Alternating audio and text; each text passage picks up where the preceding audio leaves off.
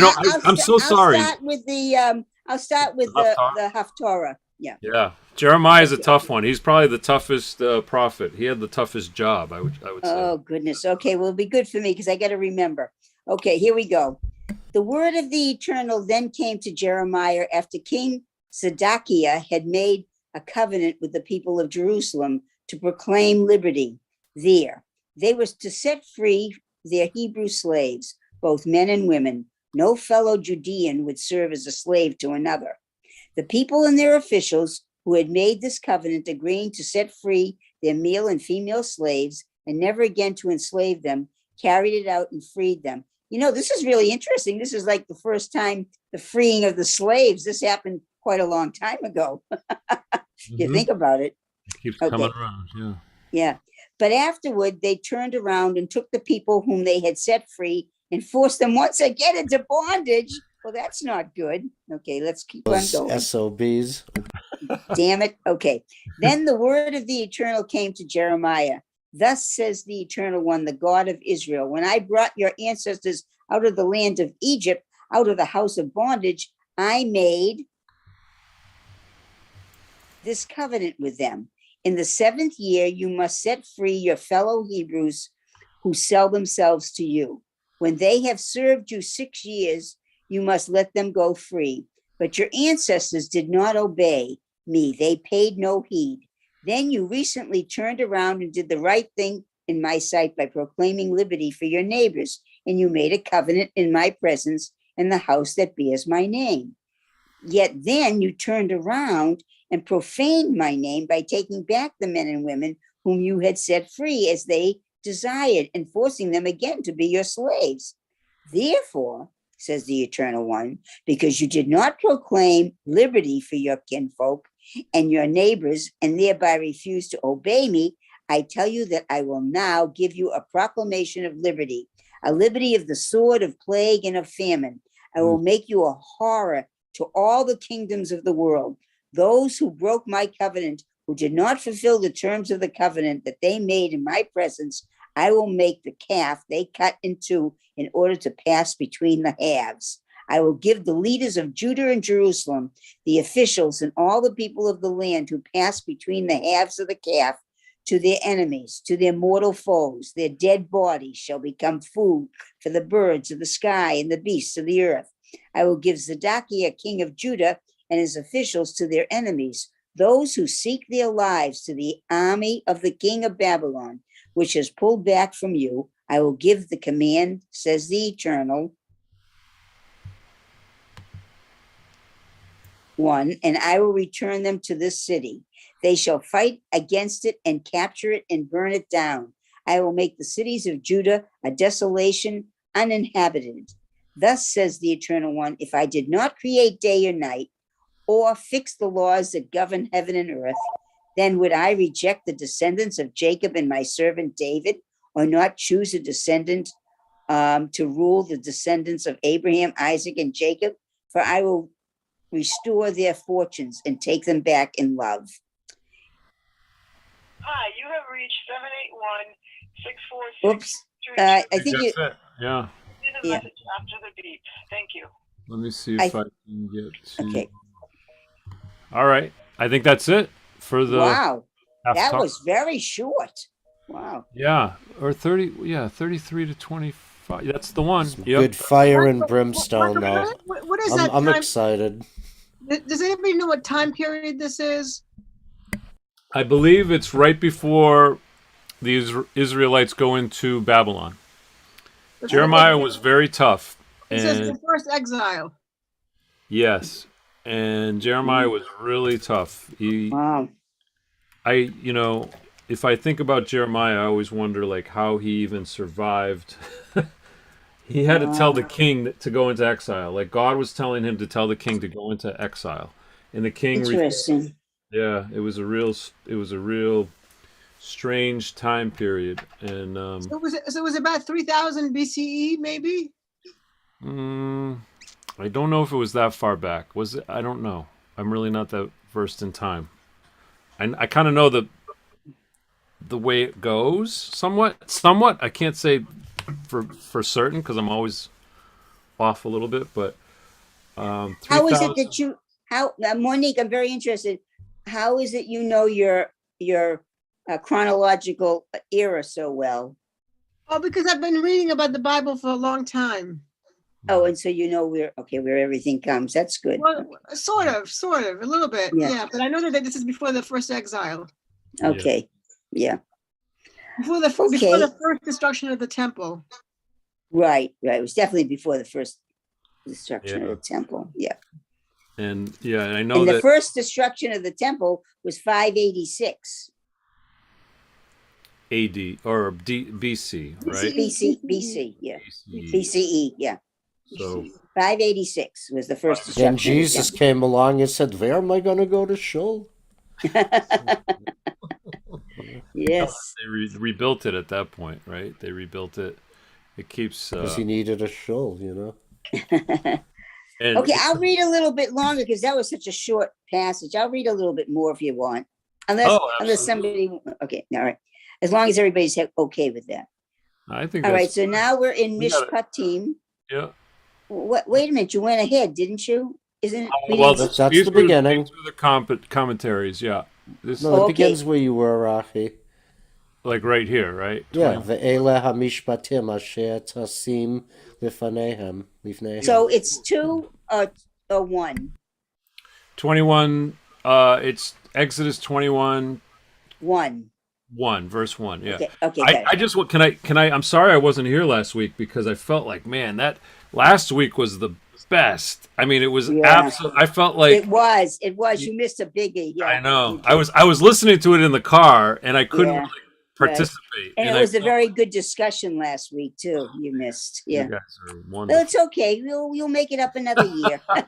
Thank God for technology, though, huh? And Yeah, thank God that exactly. we read it every year, right? Yeah, Okay. that's right. Yeah. So Mishpatim, you know what all that means? That's family. Mishpatim. Laws. Mishpatim. Oh, see, now I think of it Mishpacha. I Yet- think it was Mishpacha. Yeah, yeah. I'm getting that wrong. Mishpatim. Mishpatim is Chukim laws. ve'mishpatim. Goes to show you how much my Hebrew is. Okay. These are the rules that you shall set before them. When you acquire a Hebrew slave, that person shall serve 6 years and shall go free in the 7th year without payment. If a male slave came single, he shall leave single. If he had a wife, his wife shall leave with him.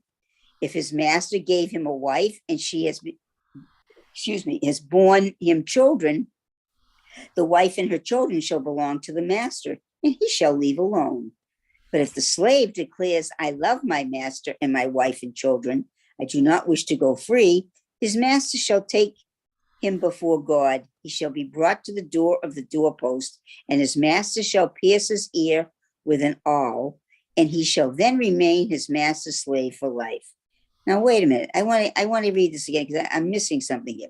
If his master gave him a wife and has borne him children, the wife and her children shall belong to the master, and he shall leave alone. Why does he leave alone and not with his wife and children? Because the wife was given to him by the master as opposed to him coming with a wife already. Boy, I'm so slow. Okay, Yeah. but if That's the okay. slave, That's a really good point. That's a really good point to bring up because I missed that point. Thank you, Ruth. okay, yeah, all right. But if the slave declares, I love my master and my wife and children, I do not wish to go free, because he wants to be with them. I understand. His master shall take him before God. He shall be brought to the door of the doorpost, and his master shall pierce his ear with an awl, and he shall then remain his master's slave for life. I wonder what this ear, it's interesting. In Judaism, you don't do piercings. But anyways, I thought that, why? I never heard of that, piercing your ear with an awl. Is it like a commitment, like a vow or something? I don't know. Anyways. Sounds like it, like a wedding band almost. Yeah, like But a a symbol, wedding band, like to symbolize that symbolism. I understand. When a parent Yeah. tells a daughter as a slave, she shall not go free as other slaves do.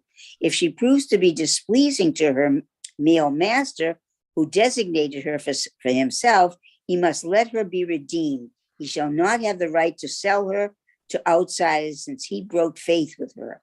And if the master designated her for a son, and if the master designated her for a son, he shall deal with her as is the practice with free maidens. I don't understand this at all. I'm sorry.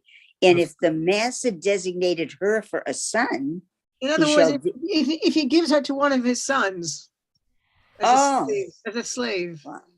Boy, you're really good at this, Monique. I'm so bad at this comprehension. I really think I got to go back to first grade or something. I don't know. You just need to stay underground, baby. Seriously, That's where it I happens. really have a problem with comprehension. Whenever I read stories, everything seems different than what everybody else reads. So I think there's something wrong with me. If he marries another, he must not withhold from this one her food, her clothing, or her conjugal rights. Okay. You want to read down below to see if there's any clues? Yeah. There's a lot of stuff. Okay. This is a lot of commentaries. So, the door of the master's That's weird, Mishpatim, to judge, because you could see the word shoftim in there. Oh, is it the judgment? Yeah. Shoftim. Okay. Yeah, the judges. Yeah. The rabbis interpreted literally forever to be in Priestley meant signifying a long time until the Jubilee year. So when they say forever, it doesn't mean forever. It means till like the Jubilee year. It's interesting. When a parent sells a daughter, this is very interesting to me. When a parent sells a daughter, probably a frequent practice among the poor, is taken generically, for in a father's absence, a mother had the authority to sell a child. Wow. She shall not go free. After 6 years, rather, her status depends upon her sexual relation to her master or his son. Examples of slaves, well, that's a lot of incest, isn't it? Well, no, because they're not related. Oh, they aren't? Okay. No. All right. Examples of slaves elevated to marital status are Hagar and Keturah, Abraham's concubine. Oh, okay, Bilhah and Zilpah, Jacob's concubines. Okay, I understand that now. Mm-hmm. Free maidens, others' daughters probably to be maintained like free maidens. Okay. What else? Anything else we want to read from this commentary? No, but I'm just thinking too. This 6-year process, the 6th year, the 7th year, they go free. It's reminded me of somebody, and you could probably guess. It's Jacob, right? Isn't Jacob of like the kind of standard bearer here, and this becomes like part of the laws. And he hangs on for an extra 7 years to get Rachel. Exactly. Like he's probably able to go free during the first 7 with his first wife Leah. I'm assuming. I don't know. It's hard to say. But it's interesting stuff that in Genesis, a lot of this, I always feel like the basis of everything is Genesis. I feel like we have so much there, and then it all kind of ravels out and spins out from there. It's really amazing. But this is this is Shemot now. This is Exodus. This is Exodus. So this Two is things in the Torah that we should go back to: ritual sacrifices and concubines. You'd like that, wouldn't Just you? my humble opinion. I don't know what to do. I don't know what to say about that. I'm not anything. One man's opinion. I just had to throw that out there. Yeah, I'm not into the sacrifices. That's for sure. Okay, 11. Are we at 11 now? Yes. Yeah. Okay, I'm going to read just a little bit longer, and then I'll let somebody else read. All right, thank you. If he feels her in these 3 ways, she shall go free without payment. One who fatally strikes another person shall be put to death. If a male killer did not do it by design, but it came about by an act of God, I will assign you a place to which he can flee. So what would be an act of God that he would be killing a person for? Accidental. An accident. Okay, I didn't know what that. I thought they meant like through, I don't know. Okay. See, unintentionally. Like I have such a different understanding of things. It's really crazy. When a person schemes against another and kills through treachery, you shall take that person from my very altar to be put to death. One who strikes one's father or mother shall be put to death. One who kidnaps a person, whether having sold or still holding the victim, shall be put to death. One who insults one's father or mother shall be put to death. Oh Wow. boy, I would have been already put to death for that one. Oh, that's a Oh tough my one. God. I have insulted my We'd all mother be at dead. times. Okay. Oh my God. When two parties quarrel and one strikes the other with stone or fist, and the victim does not die but has to take to bed, if that victim then gets up and walks outdoors upon a staff, the assailant shall go unpunished, except for paying for the idleness and the cure. Okay. Wow. When a person who is a slave owner strikes a slave, male or female, with a rod, who dies there, and then it must be avenged. But if the victim survives a day or two, it is not to be avenged, since the one is the other's property. That's kind of weird. Just because it survives 2 days and then it dies. I mean, I see. I have a lot of trouble with all this. Okay. When two or more parties fight and one of them pushes a pregnant woman and a miscarriage results, but no other damage ensues, the one responsible shall be fined according as the woman's husband may exact, the payment to be based on reckoning. But if other damage ensues, the penalty shall be life for life, eye for eye, tooth for tooth, hand for hand, foot for foot, burn for burn, wound for wound, and bruise for bruise. And this has always been, from so many years, been misinterpreted. People misinterpret this all the time. Okay. Because it's not like you don't take it up another person's eye out because it's the compensation for it. And that's where it's always been a problem, that people have taken this the wrong way.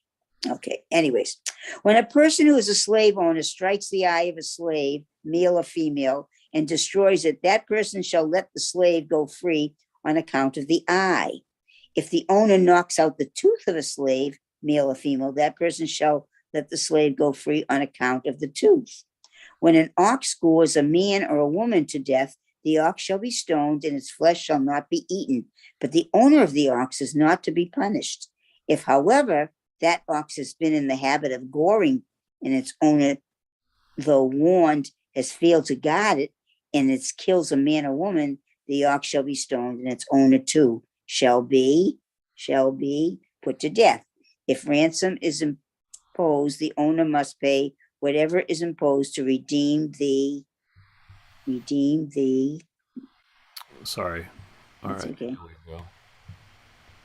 The owner's own life. So too, if it gores a minor male or female, its owner shall be dealt with according to the same rule. But if the ox gores a slave, male or female, its owners shall pay 30 shekels of silver to the master, and the ox shall be stoned. When a person opens a pit or digs a pit and does not cover it, and an ox or an ass falls into it, the one responsible for the pit must make restitution, paying the price to the owner, but keeping the dead animal. Why would you keep the dead animal? You got to watch your ox and you got to watch your ass. That's what I'm learning here. Okay, but when you're keeping, what do you do with a dead animal?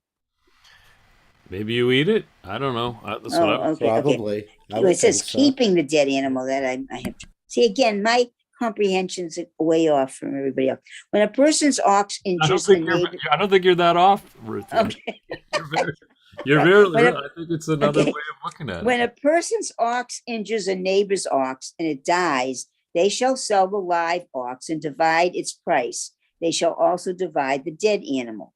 If, however, it is known that the ox was in the habit of goring and its owner has failed to guard it, that person must restore ox for ox, but shall keep the dead animal. So they keep the dead animal, but they got to get another ox for the ox that died. Is that what they're saying? I'm trying to follow this, folks. Okay, Yes, I'm really trying. That's correct, Okay. Ruth. Okay. I can't follow it. I'm glad you can follow it somewhat, Ruthie. No, but I think you know what I always bring up too. I love when Dr. Scheiser would join us sometimes, because he had a lot of questions about all these rules, and one of the things that rabbis were explaining to Dr. Mike was that they didn't have prisons back then. They were in the desert. They're trying to move from one point to the other, and so they had all these rules. And granted, they're harsh, and there's a lot of truth to these rules, and they have. But this is a good question for you, Mike, because you're Christian. I was told Now, I don't know if this is true. Somewhere along the line, someone told me this, that one of the reasons why people followed Christ is that he said, I don't know if it was Paul or the other guy who said, you don't need all these rules. Is that true? Yeah, Paul was the guy. Paul. Okay, Paul was the guy who said, "Oh, you don't need all these rules. Yeah. Just be nice to people and all that." And Right. so it was Paul, but it wasn't Christ that said It was that. complicated. Yeah, Jesus was a rabbi, so he, in fact, Gary and I, when we read the Gospels, I'm always amazed at how much Torah comes out of Christ's mouth. I mean, it was like Yeah.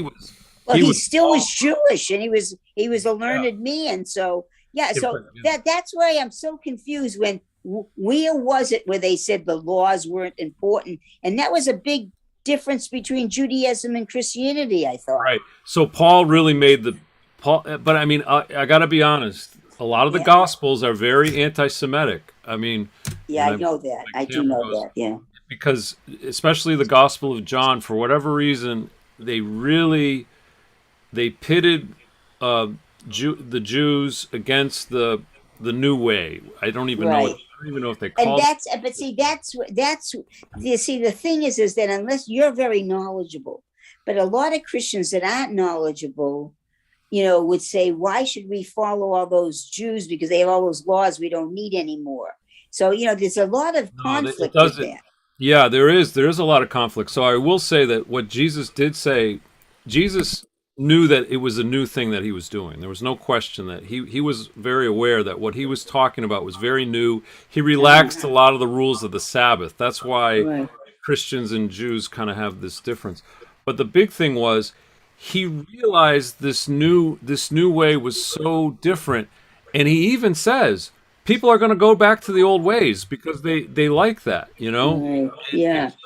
And Jesus admits it, and he in fact, and I've read the Gospel so many times, he never ever says anything bad about Jewish people who are following the old ways. He's always saying things that say, like, for instance, he says something like, you're going to have I'm bringing new wine to you, and people are going to like the old wine. So, okay, good. And the other thing is some of the leaders of the temple said to Jesus, why do you hang out with prostitutes and tax collectors and all these like really lowlifes? And Jesus was in the temple when he said this, and Jesus said, people here don't need the physician. They don't need the doctor. It's the people who are sick that need the doctor. So I always read this as the Jews are okay. The Jews are fine. In my mind, No, that's my I understand. I'm not.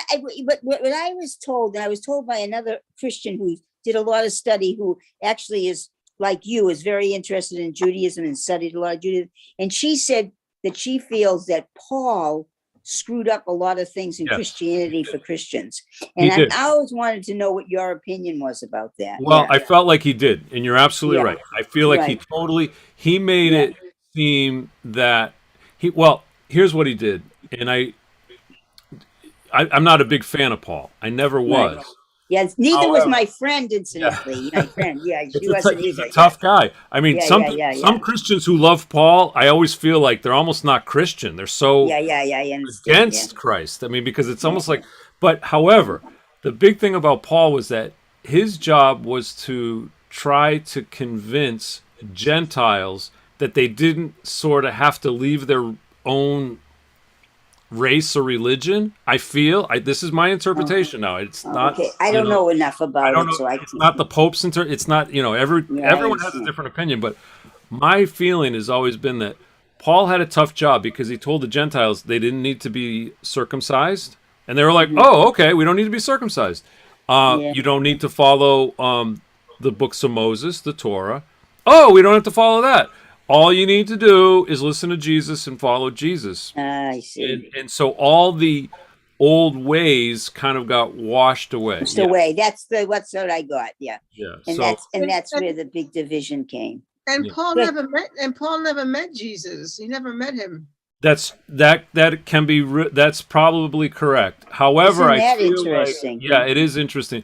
Well, do you know the story of Paul? So Paul was another. Here he is. So he's a Jewish guy too. So Oh, here's I didn't know Paul. that. Yeah, Paul is Saul. Jewish. Yeah, his Saul, name was right? Saul. Originally, his name was Saul, but then when he had a vision of Christ. Now, I Interesting. personally think that Paul might have been around when Jesus was around. I think, but he hated Christians. He persecuted Christians. This was the weirdest thing Oh, about Paul. wow. Yeah. So when Paul was first around, when we first get to know him, he was he was like, and he also was Roman, so he had two things going for him. Oh, He was wow. he was Jewish, but he was a Roman citizen, which allowed him a lot of leeway, let's say. And so, Interesting. yeah, he's a very strange character, and he hated Christians at first. He absolutely hated them, and he was Oh, persecuting them, and he was killing them. Actually, it says he was killing wow. them. And then all of a sudden, he's on the road to Damascus. Damascus. Damascus. Yeah. There's Monique. Yeah. Yeah, and so Monique knows the story. He's on the road to Damascus, and he has a blinding vision, and it's Jesus, and because Jesus is now dead, and he's Okay. risen Right. and pretty much dead. So Okay. he has a vision of Jesus, and Jesus says, "Saul, Saul, why are you persecuting me?" And so Paul couldn't look, he couldn't see for 3 days, but after this vision, he started talking to all the Christians and said, "I was horrible. I did all these terrible things." So it Oh, became like his conversion. oh, I see. Also, is kind of like I feel it can be like used as a model for some Christians to convert that, or just have this Oh, I vision. But see. I also see. I see. talk to Okay. them. So That's and very interesting. I really learned a lot from you tonight. I always wanted to understand the Paul's influence on this whole Christianity thing, and now it yeah, makes a lot more sense to me because I unfortunately I'm very not knowledgeable about any of this. So this was really very interesting to me. I think I'm going to stop where I finished reading. I'm tired now. I think somebody else can But I'd continue. like to say something. Dr. Okay. Ed, how are you? Oh, good. Right. Ed's here. Good. Okay. In Matthew 27, 24, 25 is the key phrase that has caused millions of Jews to die. And Oh my that is gosh, really? Matthew said, his blood shall be on us and on our children. Oh, And really? that was the line. And that That was from was Paul or Matthew? that was Matthew. That was the Matthew. line in Matthew I that has got it. caused so much trouble. I got it. Yeah. Okay. Well, there's But yeah. Paul also did a lot of damage too, though. Oh yeah, there's no I question. think Yeah, Paul But did a Paul hell was of a lot of probably damage. the only one who ever met Jesus. he might have been. That's hard. It's hard to say if he did. Yeah, but Monique thought that he never did meet you, Jesus. I thought that he had never met Jesus, that he was converted like 20 years after the death of Jesus. So what's In the fact, number again, Dr. Ed? It's 27 what? Matthew 27, 24. 27, 24. Interesting. It's one of the lines which has caused Jews tremendous problems, is what Matthew said. Is what Petliou said all that many, many times. Oh, wow. In Matthew 20, we could talk about this quite a bit. Yeah. As a secular Jew, as a secular person who has no interest in anything religious for the most part, and that is very simple, and that is we should talk about the historical. As I bring up all the time, I'm more interested in the historical Bible and the historical Old and New Testament. I understand. And if you look at that,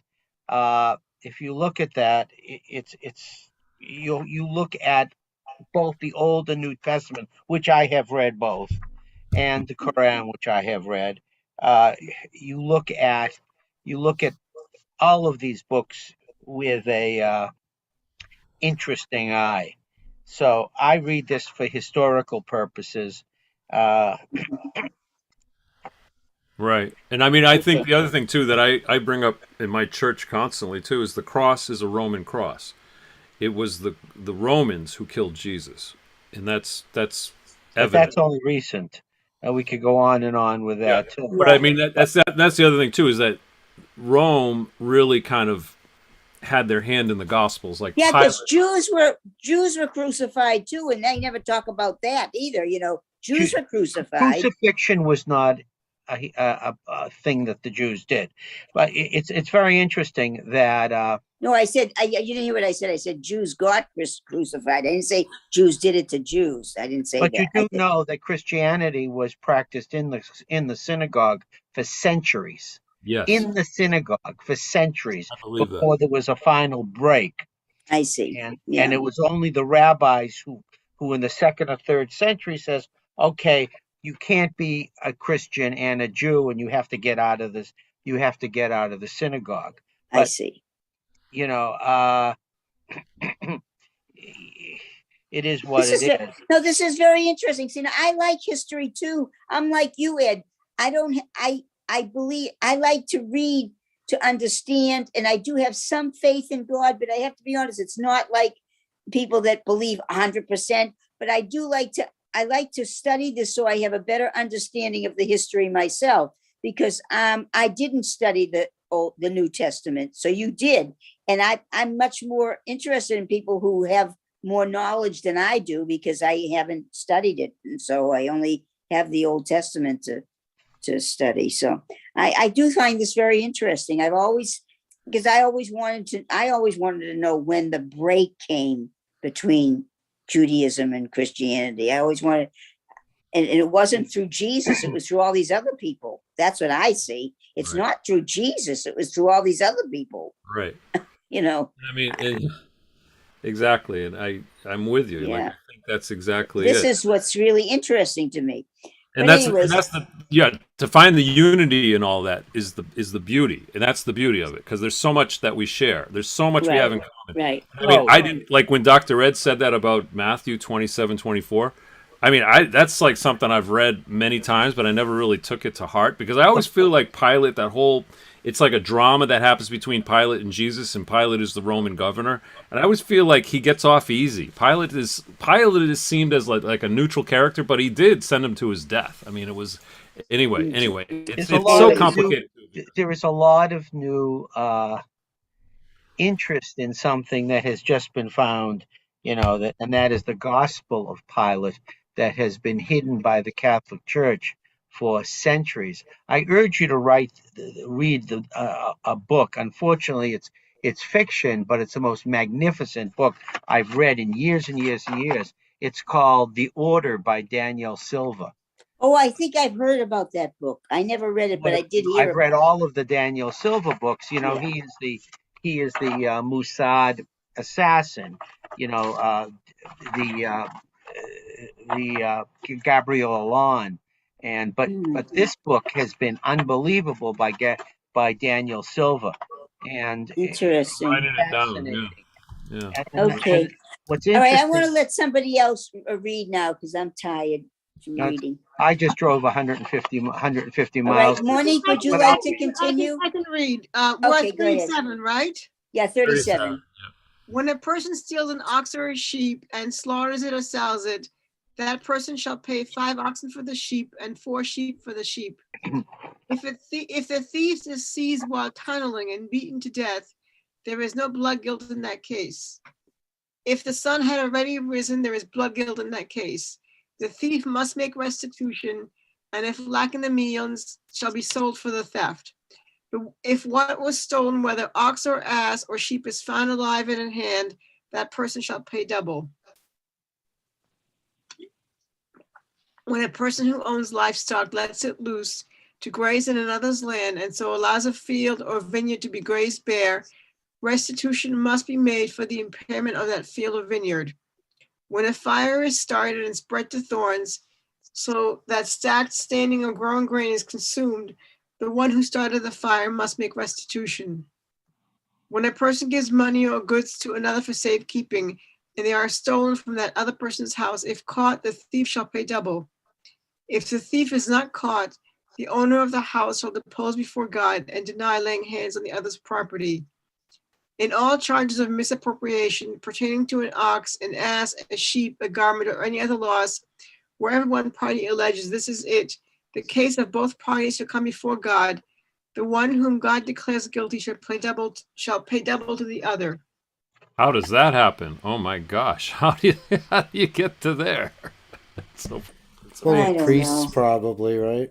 yeah. When a person Well, gives to Moses. another an ass, an ox, a sheep, or any other animal to guard, and it dies, or is injured, or is carried off with no witness about, an oath before the Eternal shall decide between the two of them that the one has not laid hands on the property of the other.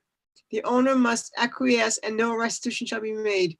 But if the animal was stolen from the garden, restitution shall be made to its owner. If it was torn by beasts, the guardian shall bring it as evidence, not needing to replace what has been torn by beasts.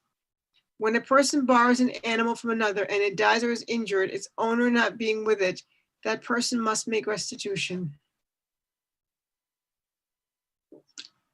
Still a lot of laws, right? And which is good. I mean, like I always say, if you don't have laws, you have chaos, and it's good to have laws.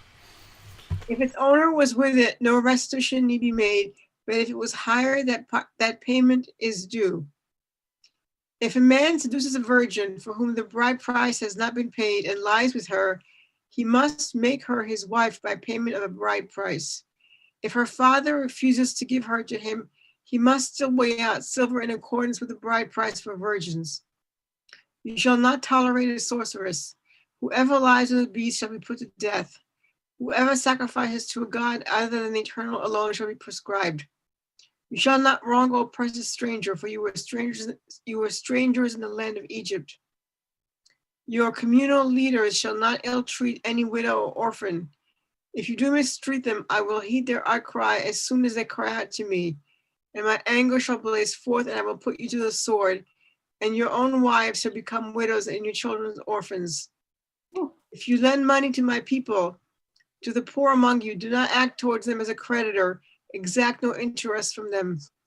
If you take your neighbor's garment and pledge, you must return it.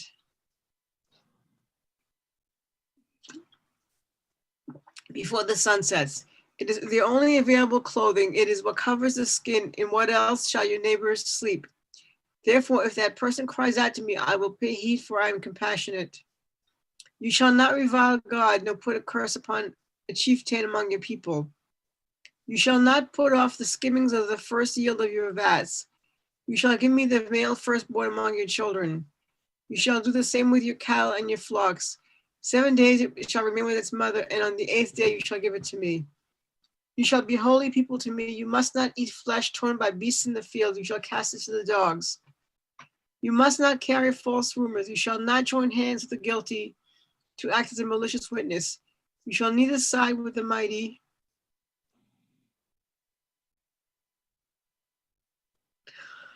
to do wrong. You shall not perverse testimony in disputes as to pervert it in favor of the mighty, nor shall you show deference to a poor person in a dispute. When you encounter your enemy's ox or ass wandering, you must take it back. When you see the ass of your enemy lying under its burden and will refrain from raising it, you must nevertheless help raise it. You shall not subvert the rights of your needy in their disputes. Keep from a false charge. Do not bring death on those who are innocent and in the right, for I will not acquit the wrongdoer. Do not take bribes, for bribes blind the clear-sighted and upset the pleas of those who are in the right. You shall not oppress a stranger, for you know the feelings of the stranger, having yourselves been strangers in the land of Egypt. 6 years you shall sow your land and gather its yield, but in the 7th you shall let it rest and lie fallow. Let the needy among your people eat of it, and what they leave let the wild beasts eat. You shall do the same with your vineyards and your olive groves. Isn't this amazing? For a second, maybe we stop here. Can I just say one thing that just occurred to me while you were saying all this? Is this part of the 613, Gary? You know, the 613 mitzvot? Well, I mean, that number is often disputed, but it is, I believe, I forget which. Is it all part of what we're reading now? There's one parasha, I think, that contains like 70-something% of like the 613 commandments. Yeah. Yeah, I'm not sure. I don't know if this one is it, though. I just was curious if all these things that are being said is part of the 613. I was just curious. It must be, right? That's what I was thinking. Yeah, I mean, Yeah. it would definitely be. Yeah. That'd be And I love interesting. that one about the, don't in a dispute, don't show favor to the mighty. Isn't that Right, the amazing? commandments. What's that? Oh, Monique's on the I phone. like the you shall not revile God nor put a curse among a chieftain of your people. And what you shall not revile God, cursing the chieftain, like you're supposed to reserve a certain level of respect for people that are in positions of leadership, Right. because taking responsibility for leadership is in a sense like doing God's work in a sense. You And know, also, I'm sorry, I didn't mean to interrupt. Go ahead. no, I mean that's really that's Good basically point. it. You know what I find interesting? There's a lot said about, taking care of the widow several times in here. My mother was a widow when I was very young, when I was only 5. And I remember this. Really, it's interesting.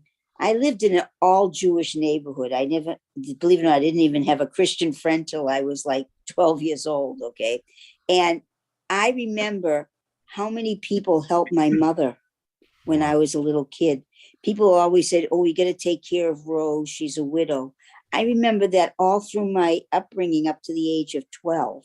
I really remember this, that people were always taking care of my mother, made sure that somebody had babysit for me because she had to work. It was very unusual in the early 1950s. My father died 1951, and I was only 5 and a half. And I remember vividly how people did everything for my mother. And it was really wonderful. And I think it was because there were so many Jews that listened to about how you had to take care of a widow. And I really like some of these laws because it's all about caring for people too. I know I some of the got I stuff. got a lot of outreach when Bev died. Yeah, yeah, you were a Sam widow. was only a year old.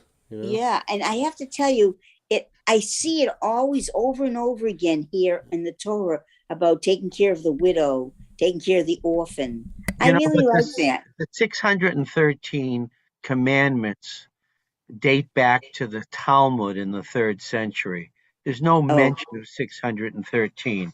There was a Talmudic lecture in the 3rd century, and that's where it comes from. oh, There I are, I think, see. 265 negative commandments, and the rest are positive I commandments. see. So, But but they're okay, all gleaned inside and outside the Torah. If you look on the internet, and I did that a week or two ago, uh, oh, all of the 613 are listed, and they're fascinating. oh, It's I would many like of to. I'm going to do that. Thank you. it's That's many a of the really, commandments that we know, and some of these that we heard tonight. yeah. But there are many, many others that you Yeah, never. and then I remember Rabbi Gudan saying there are some that you can't do anymore because it would have to do with sacrifices and stuff. So there are certain ones we can't do anymore. Mm. So it is what it is. But Yeah, that come does not. The 613 was never listed anywhere. It was gleaned from everything through I the see. five I books of the Bible. understand. I understand. It's really interesting, though. I do find it interesting, but I do find that some of them make common sense. Taking care of the. I really think of some of them are really beautiful. They're not just That's just why laws. I think that's why like when God tells I don't know Moses like that, the law, it's not like far from you, it's not in the heavens where Yeah, someone it's what's naturally in your heart. You talk about supporting a widow or somebody. It's like a natural impulse if you're a decent, caring yeah, person. If you know right. somebody, you'd automatically want to help somebody. Yeah, but in this day and age, it has changed. I think. I'm sorry.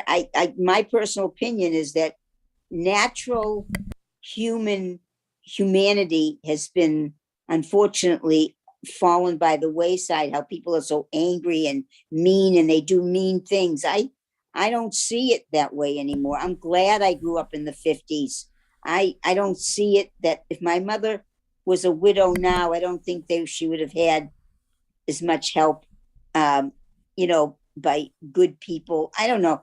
I just feel that it was a different day and age then, and people were more good natured. I see a lot of people that are very mean and I mean, I'm not saying lots of. I mean, there's good people everywhere, but I seeing too much in this world now of so much anger and rage. That bothers me.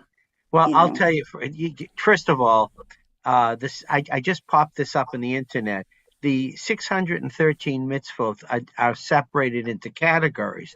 The first is God, to know that God exists is number one, and then Mhm. Torah, to honor the old and the wise, and then signs and symbols, uh, to put tzitzis on the corner of your clothing, Right. prayer and blessings, to pray to God, love and brotherhood, not to wrong anyone in speech is one of them. This is and then there is the poor and the unfortunate, not to afflict an orphan or a widow. Yes, And that's then where it there is comes from.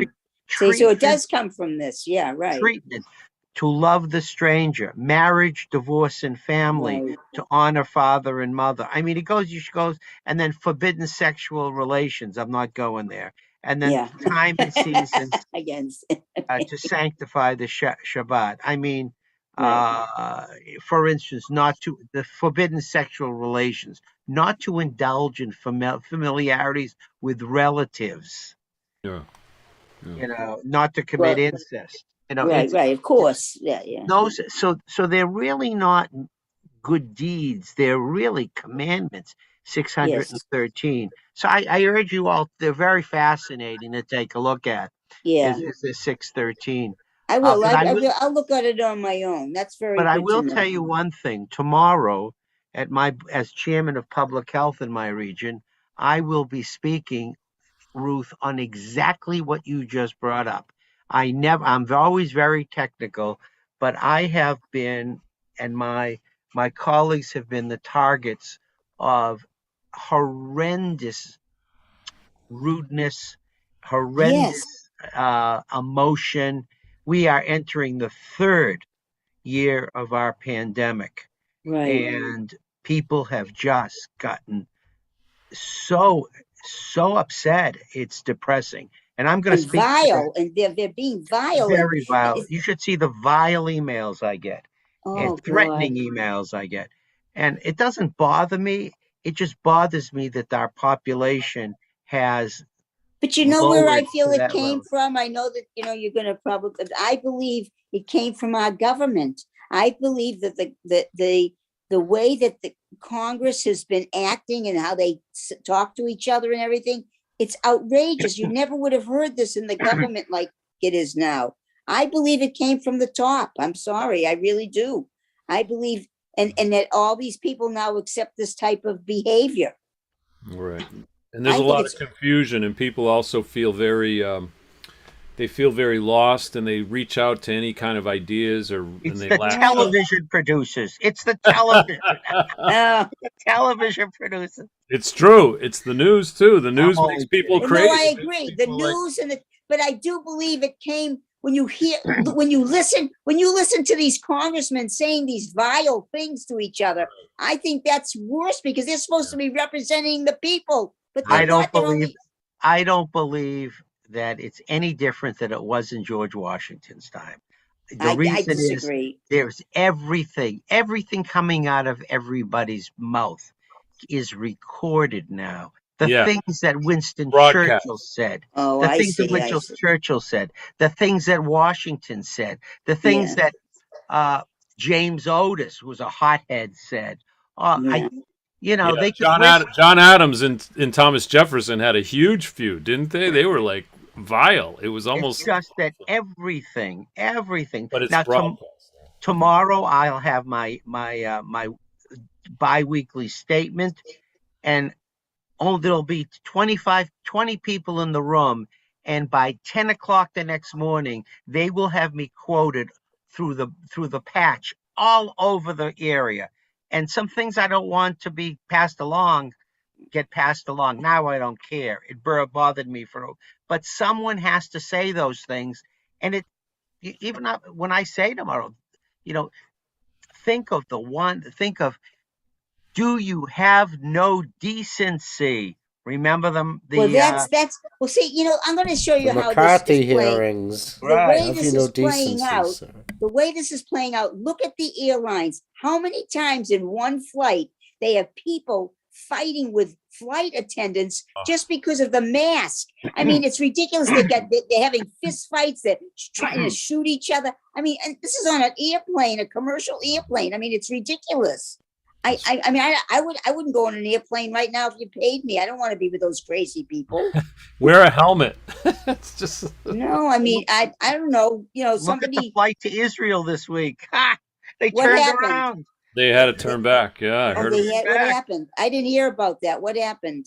A woman refused to put on a mask and caused a rumpus in first class. Oh my God! But they have, don't they? I thought all Israeli flights have the what is it called? Those people, marshals, those air marshals on. Wasn't an Israeli airline. Oh, it wasn't an The Israeli vast airline. majority of the airlines that go to Israel are Oh, I thought it was El Al. Oh, I see. no. Okay. LL is double the price. Everybody, you know, it's Yeah, I LL understand. is I so understand. expensive. Anyway, Yeah, we're way off the beaten path. yeah. There we go. I But like these yeah, discussions, that's though. true. That's true. And notice that the Shemitah year comes up here. This is probably the first time. Well, we actually it's all through this, and that's what I'm It's all dying through for the this year. Shemitah It's year. this year. Yeah. The number 10, 6 years you should sow the land and then gather, Right. and in the seventh you shall let it rest. Oh, I love that year. I can't wait for that year again. My Bring Gentile it back. son-in-law always reminds me when it's the This is Shemitah year. This is it. This is the Shemitah year. This is it. I know, Yeah, and I want it. my I want it. son-in-law, who's Gentile, reminds me every Wouldn't you? time. I would love to take a year off. I'm gonna just be on. I'll just take a year off and read Torah. Right. All right. Who wants to? Thanks again, Monique, for reading. Dr. Ed, would you want to pick up a number 12? Sure. If you zip it to me, Number 12. 6 I'll like- days. let me just there it is, number 12. 6 Yeah. days you shall do your work, but on the seventh day you shall cease from labor, in order Yay. that the ox and your ass may rest. There you go. And then that your homeborn slave and the stranger may be refreshed. Be on guard concerning all that I have told you. Make no mentions of the names of other gods. They shall not be heard on your lips. Oh man, that's amazing. 3 times a year you shall hold a festival for me. You shall observe the feast of unleavened bread, eating unleavened bread for 7 days, as I command you, at the set time in the month of Abib. For in it you went forth from Egypt, and none shall appear before me empty-handed. The feast of the harvest of the first fruits of your work, of what you sow in the field, and the feast of the ingathering at the end of the year, when you gather in the results of your work from the field. 3 times a year all your males shall appear before the sovereign, the eternal. You shall not offer the blood of my sacrifice with anything leavened, and the fat of my festival, my festal, I don't know what a festal is, offering shall not be left lying until morning. Oh, the choice first fruits of your soil you shall bring to the house of the eternal your God. You shall not boil a kid in its mother's milk. Very important here, Very important. because it sets the Kosher. issue of kashrut. Yes. Yeah, right. We know that. I am sending an angel before you to guard you on your way and to bring you to the place that I have made ready. Pay heed to him and obey him. Do not defy him, for he will not pardon your offenses, since my name is in him. But if you Do. obey him and do all that I say, I will be an enemy to your enemies and a foe to your foes. That's also very interesting. The enemy of my enemy is my friend. When my angel goes before you and brings you to the Amorites, the Hittites, and the Perizzites, the Canaanites, and the Hivites, and the Jebusites, I annihilate them. You shall not bow down to their gods and worship or follow their practices, but shall tear them down and smash their pillars to bits.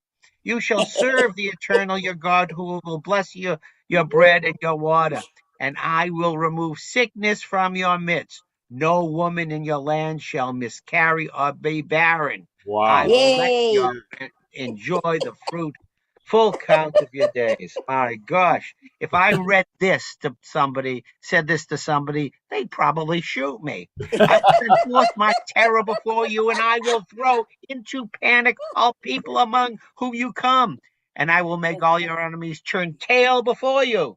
I will send a plague ahead of you, and it shall drive out before the Fire Hivites, and the Canaanites, and the brimstone. Hittites. I will not drive them out before you in a single year, lest the land must become desolate and the wild beasts multiply to your hurt. Yeah, hurt. To your hurt. I will drive them out before you little by little until you have increased and possessed the land. I will set your borders from the Sea of Reeds to the Sea of Philistia, and from the wilderness to the Euphrates. For I will deliver the inhabitants of the land into your hands, and you will drive them out before you. You shall make no covenant with them and their gods. They shall not remain in your land, lest they cause you to sin against me, for you serve their gods. It will prove a snare to you. Oof. Then God said to Moses, come up to the Eternal with Aaron, Nabib, and Abihu, the 70 elders of Israel, and bow low from afar. Moses alone shall come near the Eternal, but the others shall not come near, nor shall the people come up with him. Moses went and repeated to the people all the commands of the Eternal and all the rules, and all the people answered in one voice, saying, all the things that the Eternal has commanded, we will do. Moses then wrote down all the commandments of the Eternal. Early in the morning, he set up an altar at the foot of the mountain with 12 pillars for the 12 tribes of Israel. He designated some assistants among the Israelites, and they offered burnt offering and sacrificed bulls as an offering of well-being to the Eternal. Moses one part of the blood and put it into the basins. The other part of the blood he dashed against the altar. Then he took the record of the covenant and read it aloud to the people. And they said, all that the Eternal has spoken, we will faithfully do. Moses took the blood and dashed it on the people and said, this is the blood of the covenant, and the Eternal now makes you concerning all these commandments. Wow. Is that it? No, I don't think Oh so. no, there's more. Then Moses and Aaron and Nadab and Abihu and the 70 elders of Israel ascended, and they saw the God of Israel, under whose feet was the likeness of a pavement of sapphire, like the very sky of purity. Yet God did not raise a hand against the leaders of the Israelites. They beheld God, they ate and drank. Mhm. The Eternal One said to Moses, come up to me on the mountain and wait there, and I will give you some stone tablets with the teachings and the commandments which I have inscribed to instruct them. So Moses and his attendant Joshua rose, and Moses ascended the mountain of God.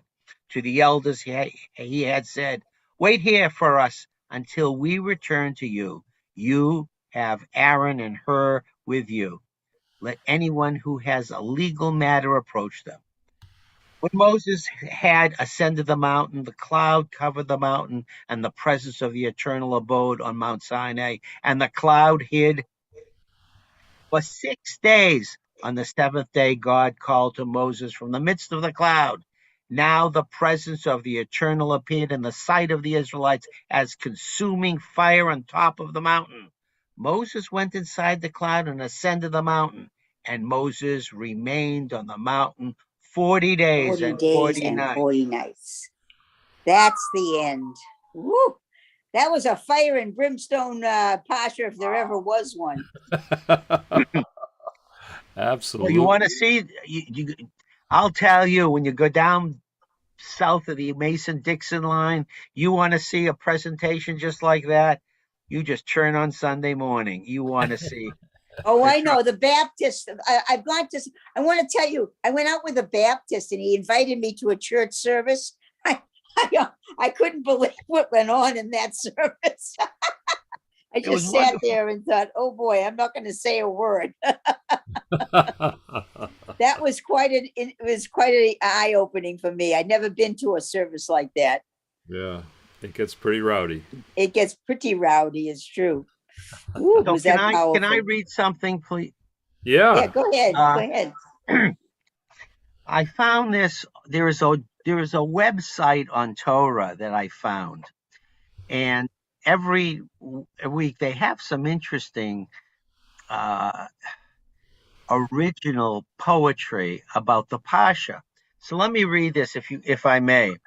Let us journey to the mountains where God's gift of Torah eternally awaits, transcending the conveyor belt of linear time. Sinai is meant for each of us to discover in our own day and sanctify in our own way. Time is fluid. Revelation continues. Together with our people, ancestors, and progeny, we were, we are, we ever will be at Sinai. We are blessed to be present to its original unfolding. As always, you are welcome to share with attribution, please. Shabbat Shalom. Very nice. That's beautiful. That's a nice way to end also, Ed, because after the fire and brimstone, this is kind of a nice way And to we get to the mountain via underground. Yeah. Yeah. Underground way to the mountain. Nobody knows where Sinai is. They have Well, an incidentally, this is what I wanted to tell you. There's a new book that came out last year by a man who actually figured out. They actually did a lot of work with archaeologists and all types of things, and they finally found out that the area where we thought Sinai is not. It's only was 10 kilometers or something away, but it was in that area, but not exactly where Sinai was, because it's the name of that. Well, I got to tell you what the name of that book was. Oh, damn it. The case for the exit, oh, what the hell was it? Oh, no, I forgot. I have it in my text because my girlfriend who I told you is Christian has been thinking about becoming Jewish because she's studying like you do, Michael. She knows everything. And you know how they got Sinai? On the ark. On They the got app. the Sinai on the ark? Yeah. I mean, Well, that's anyways. how much I believe all this stuff. Okay. Well, anyways, but I'm gonna say there's a lot of there's some Mount some Ararat, scientific I believe. there's some is where- scientific data now, Ed. I mean, I know you're a scientific guy. There's some scientific data now from archaeologists that have found certain things. For years and years, there was no archaeological findings about the Exodus from Egypt, but recently they just found some things away from the area that they thought was Sinai, but wasn't that far away. Like I said, it was about 10 kilometers away. It's Michael. interesting. How many of each animal did Moses put on the ark? Two of each. He did two of each, but the clean ones I think he did. No, he didn't. Noah did it, not Moses. Oh yeah, right. Noah, right. Trick question. That's all right. Noah did Right. it. Yeah. I was just thinking about if you had two of every animal, I want to know how the tigers got along with the Yeah, how come no one got little eaten? cats and dogs. I just think it's funny, Actually, it the wasn't birds two. It was 7 of each. Read it. Yeah. Oh, The was it seven? clean ones. The clean ones were 7. 7. And then the Oh. unclean were 2, I think. Oh. I Boy, could- that was quite a crowded ark. Can you imagine how smelly it was? Also, what did they feed them? I That's know. a good question. That's why they brought feed 7. on That's why they brought 7. So they ended up with 2 when they got out. And there is 1 billion species of insects. So what? Oh my God. But they Yes, didn't yes, talk I about know. insects. They don't talk about animals. Well, They Anyway, didn't say insects. You guys, you make this so fun. It's amazing. And Alba says Well, hello. this- She's making me dinner. This definitely was a fire and Alba. brimstone. Hi, sweetheart. Alba, Oh my God. happening? Mike, Bodo, and Alba, I'm ready to go back to Israel. I know. I am too. When are you going, Ed? I'm going. I don't I know. gotta When are we save some going? money. Come down here. Come down here. There she is. There she There is. she is. When are we She's going? peeking through the branches. I want. Yes, yes. We can deliver cranberries to Oh. Jerusalem. Yeah. All right, Dr. Ed, that's awesome. And we're gonna put Gary in the luggage. No! Yeah, I'll go in. I'll be Smuggle me in. in the what's it called? The I'm like contraband. You gotta smuggle me in. yeah, you have to smuggle me too. I have to save up money to go to Israel. Unfortunately, I don't have enough money. But anyways, it was a wonderful night tonight. Always, I had a lot of always fun. inspirational and You gotta make it controversial. Why not? God wants us to struggle. We struggle. Good luck with your talk tomorrow, Ed. I'm sure you're going to Yeah. be beaten can't Well, down a little bit. I read my chairman's report, and wherever I go in town, people start screaming at me because we keep debating a mask mandate, and I know. This is people such yell a at me on one side and yell at me on the other side and accuse me. The people who don't want a mask accusing me of trashing the But Constitution. forget about you, Ed. Look at about this woman or man who just threw hot coffee at Dunkin' Donuts again about these things. Oh, it happens That all was- the time. It happens yeah. all the time. I The get reported. time. Yeah. That's only one that got reported. It happens Yeah. all the time. There was one yesterday where a guy got punched because Oh. it's just people are just No, people are so- nuts now. And I want to tell you something. I'm sorry to say this. I've always been one that I always see love and everything, but I'm seeing way too much anger and rage. And I see it 50% of the people. I'm not saying just a few. It's like 50% of the people. Why are we in a conference room now? Who did that? That's fabulous. You know, that's Mike. He put us in a Yeah. conference room. This is called the immersive view. I felt like you'd get in the mood of doing your talk tomorrow. Oh, please. Is this I don't like this. This is a very sterile looking place. All I want right. to go back to my home. It's only been updated. What, about 2 weeks ago? 3 weeks ago or so? Yeah, there's all different kind of. You can become in a gallery. I mean, No, I Yeah. don't art want to. gallery, I don't too. want to be put in the gallows or something. Oh, I know. Yeah, this is the gallery. Hi, everybody. Hey, we're on the wall. This is the best one. This is terrific. This is like Harry Potter. Oh, please. I think I've had enough. I'm ready to sign off now. All right. Have a great night, everyone. You too. Have Have a good night, everybody. good luck, Dr. Ed, tomorrow. Good night. Peace See you. to everybody. Gary Gillette, can I call you? Are you home? Yes. I just need you to talk to you about an issue.